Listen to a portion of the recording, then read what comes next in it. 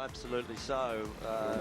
Earlier in the week, there can be some seeding, but for the interstate races, it's out of the hat and you get what you're given. But today, conditions are fantastic, so anyone would be happy to be anywhere, but I suppose it's good to be in the middle of the course so you can have a look on either side to see what the opposition's doing. You saw the name Lillycrap as part of the Queensland crew. Young Angus, the son of former Wallaby Cameron Lillycrap, then New South Wales, chasing a hat-trick of wins in this event in lane number 2, alongside South Australia.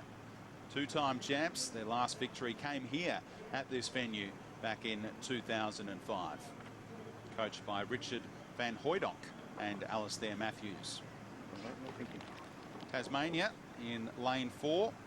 They won 3 of the first 4 runnings of this event back in 74, 77 and 78, but haven't won it since. It'll be a turn up for the books if they emerge victorious today. Victoria, being the dominant force in this event, won 17 of the previous 39 stagings of it. And Western Australia in lane number 6, their lone win in this event came in 2000, the Olympic year. Of course, responsible for this course being built. 2,000 metre straight course, as is required for the staging of international regattas, and the competitors under starters' orders. Final chance to adjust the sunnies.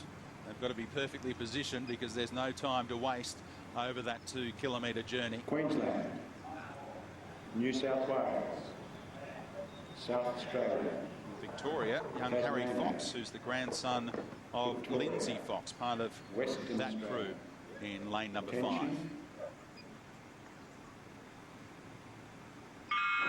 And we're underway. The competitors get the green light and a nice even start again. Queensland top of screen.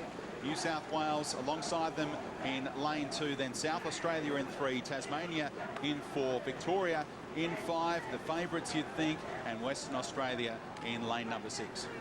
Well, South Australia's jumped out to a little bit of a lead there out of the blocks in the rating about 42 strokes a minute, but alongside Victoria, stroked, as we said before, by young Harry Cox, a bit like driving a truck here, sitting down in the back of that 8. But there's the Queensland crew. I think they're the dark horses. I really like the way they're already doing it. They're very composed, but all represented, as I understand it, in the youth rowing for Australia last year. But Victoria just taking a lead coming into the latter sections of the first 500. And New South Wales in 4th, just starting to make a little bit of a move, but it looks like being a competitive one. Definitely. 4 crews very much in the hunt in the early stages. We can see New South Wales, the winners from last year. Bit of a slower start, a bit more composed, but boy, they look strong, just chipping away. Now coming, just edging into the 3rd position over South Australia, but I think they'll be the ones to watch. Very strong off the back of last year. Young Sam Hardy in the boat there, rowing at Sydney Rowing Club. He's the captain of Newington College here in Sydney, and he's off to Harvard at the end of the year, I believe, to study and row over there. So certainly a great opportunity for him, but doing it well in the middle of that New South Wales boat, very composed at this point. We normally associate young rowers with heading off to an Oxford or Cambridge, but Harvard's not a bad gig if you can get it. Well, the college rowing in the US is massive, and a lot of our athletes are, being scholarshiped over there. And, off they go for 4 years of that and hopefully come back and continue on with their rowing and row successfully for Australia. The Queensland Cox, Thomas McClellan, finding his voice and urging his team on.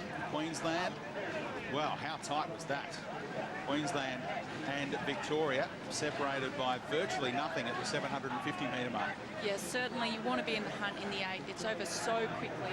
So important to really go out hard and fast in the first 1,000. There's nothing more demoralising than being down in this boat because it's so hard to make it back into the game.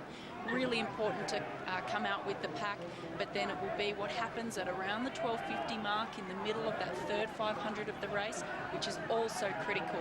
And then it's just being brave, biting down and going for home really in that last 750 metres. But there must be a travelator over there in lane 1. Queensland has kept drawing this lane, like you say, a random draw, but there's something going on over in that lane. Again, we see Queensland out out in front at the 1,000. Unbelievable. Yep, they've got a canvas on Victoria, and then New South Wales back in third. Queensland looking pretty dominant all of a sudden. They had a big go in the second 500, and Victoria must respond. So much must New South Wales at this point of the race, because you give that away in the 8, it's very hard to get back. But look at the stroke man of the Queensland boat just having a look across, and that's what I really want to see or the stroke of Victoria do. Harry Fox, he just had a little bit of a peek there. He's got to put the foot down here and get his crew to go with him. Of course, the 8s in 2000 was a memorable event, wasn't it? Australia came so hard at Great Britain in the Sydney Olympics. They couldn't quite get there, but you can see dramatic turnarounds. Yeah, you can't let the opposition go too far ahead in the early parts of these 8 award races, because the race is over very, very quickly. Victoria are coming back here. Here, interestingly, in the middle of the boat, you'll see the 5 and 4 men on the same side. We call that a tandem rig, and that's to keep those two working very, very closely together. Victoria, they haven't given this up. Here they come. They are coming indeed, fighting back against Queensland. It's less than a canvas now between those two. New South Wales have dropped off by about half a boat length in third spot at the moment. Who do you like now? Look, it's so tight here coming through this last 500 metres. This will be over in the blink of an eye. Like you said, Peter, Harry looked across, he saw that boat and he said to his cox, it's time to go. If we're going to do it, it's got to happen now. And they made a move, but Queenslanders have answered it. This is what we saw before. If you're up in front, it's about answering those calls as they come from the attacking boats. And Queensland are just answering those calls from Victoria. Anyone's game in this last 400 metres. The urgings of the Cox once more. Of course, what was for Queenslanders, it was lucky lane 6 when Duncan Armstrong won gold in the Olympics in years gone by, but it's lucky lane 1 for the Queenslanders today here in Penrith, and they're still clear, more than a canvas clear of Victoria. They're surging it again, the Queenslanders. 30 strokes to go, 250 metres. Queensland in front. Here comes Victoria. Have they got enough territory to pull this back? Cameron Lillicrap putting in the big ones along with his Queensland crew as Victoria try and come again in lane 5. Queensland look to be holding them off comfortably and even trying to pull away that little bit more in the end. Queensland from Victoria, one final surge from the Vicks, and they are coming in lane 5. A sensational finish to the Interstate Men's Youth 8 as we come down to the finish line. New South Wales back in third, but who's going to win it? Queensland in lane 1, Victoria in lane 5. It's going to be mighty tight. Queensland have led much of the journey, but Victoria get them on the line. A brilliant last effort. Oh, well, they don't. Queensland win that one? Too close to call it. The problem is the surge. That surge on the line. Victoria got it, but did they get it in time? It's so hard. That was an absolute incredible turn of speed there from that Victorian crew with only 20 strokes to go. Unbelievable race. And there's confirmation. I thought I'd called it right. Victoria, the winners. We put the 2 up alongside them, and now they've got confirmation. They are indeed the champions. Now they can celebrate. The Victorian crew, a terrific last final surge to upstage Queensland, who looked to have the race shot to bits for much of the journey, but Victoria refused to give up, and they're devastated in the Queensland crew. What would they be feeling now? Oh, gold medal for 1950 metres. I must admit, a couple of times the lead was looking like it was going to change. Victoria surging, big efforts. Queenslanders responding, stroke man driving, Cox calling. Victoria get there by about 30 centimetres. Well, we've got a couple of races to go, the women's 8 and the men's 8 coming up, and let's hope it's a dramatic finish like we just saw. I tell you what, is this an omen for Victoria? Can they break the 6 consecutive wins that New South Wales have had in the King's Cup for the men? Certainly, I think the Victorian women will have this women's 8 stitched up, but it will be all on for the last race of the day, and I'm sure the Victorian men's 8 will take a lot of strength from seeing their Youth 8 go out and pip Queensland on the line for that win. Absolutely fantastic racing. Here's a look at the finish, and they were in front for 1,998 metres. Forget about 1,950.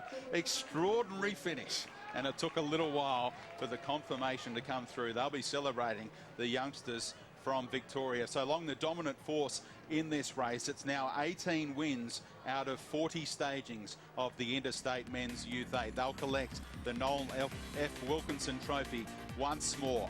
And the final margin was 1300ths of a second. Technology eventually catching up with us. We called it by the naked eye, and Victoria do get the nod in the end. New South Wales claim third position, from South Australia in fourth, Tasmania in fifth, and WA just edged out. They finish in sixth position.